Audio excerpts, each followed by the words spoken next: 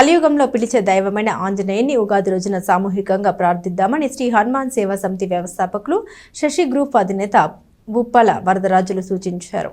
స్థానిక బోస్ రోడ్లోని శ్రీ వాసవి కన్యక పరమేశ్వరి దేవస్థానం ఆవరణంలో ఈ నెల 19వ తేదీన శ్రీ పరాభవ నామ సంవత్సర ఉగాది వేడుకల్లో భాగంగా పంచాంగ శ్రవణం సహస్ర గల శ్రీ హనుమాన్ చాలీసా పారాయణ మహోత్సవం నిర్వహించనున్నారు.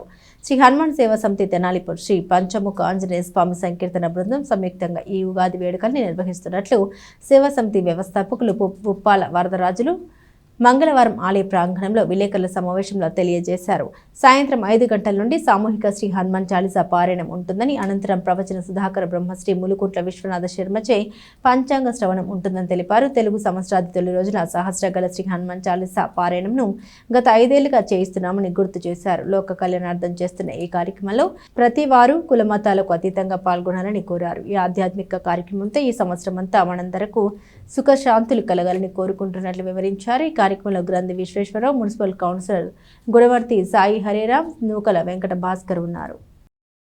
తెనాలి పట్టణ ప్రజలందరికీ కూడా ముందుగా శ్రీ పరాభవ నామ సంవత్సర ఉగాది శుభాకాంక్షలు తెలియజేసుకుంటూ, మరి ఎల్లుండే అనగా 19వ తేదీ మరి గురువారం రోజున సాయంత్రం 5 గంటలకు బోస్ రోడ్లో ఉన్న శ్రీ వాసవి కన్యకా పరమేశ్వరి దేవస్థానం ఆవరణలో పంచాంగ శ్రవణము, అలానే సహస్ర గళ హనుమాన్ చాలీసా పారాయణ గత 5 సంవత్సరాలుగా మనం వార్షికంగా చేసుకున్నాం.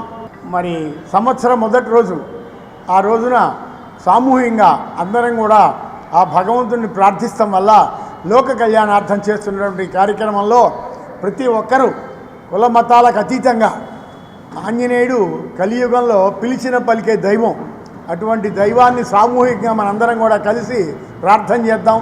ఈ సంవత్సరం అంతా కూడా మనందరికీ సుఖ సంతోషాలుగా ఉండాలని, రైతులు సుభిక్షంగా ఉండాలని, అందరం బాగుండాలని ఆ భగవంతుడిని ఆంజనేయ స్వామి ప్రార్థిద్దాం.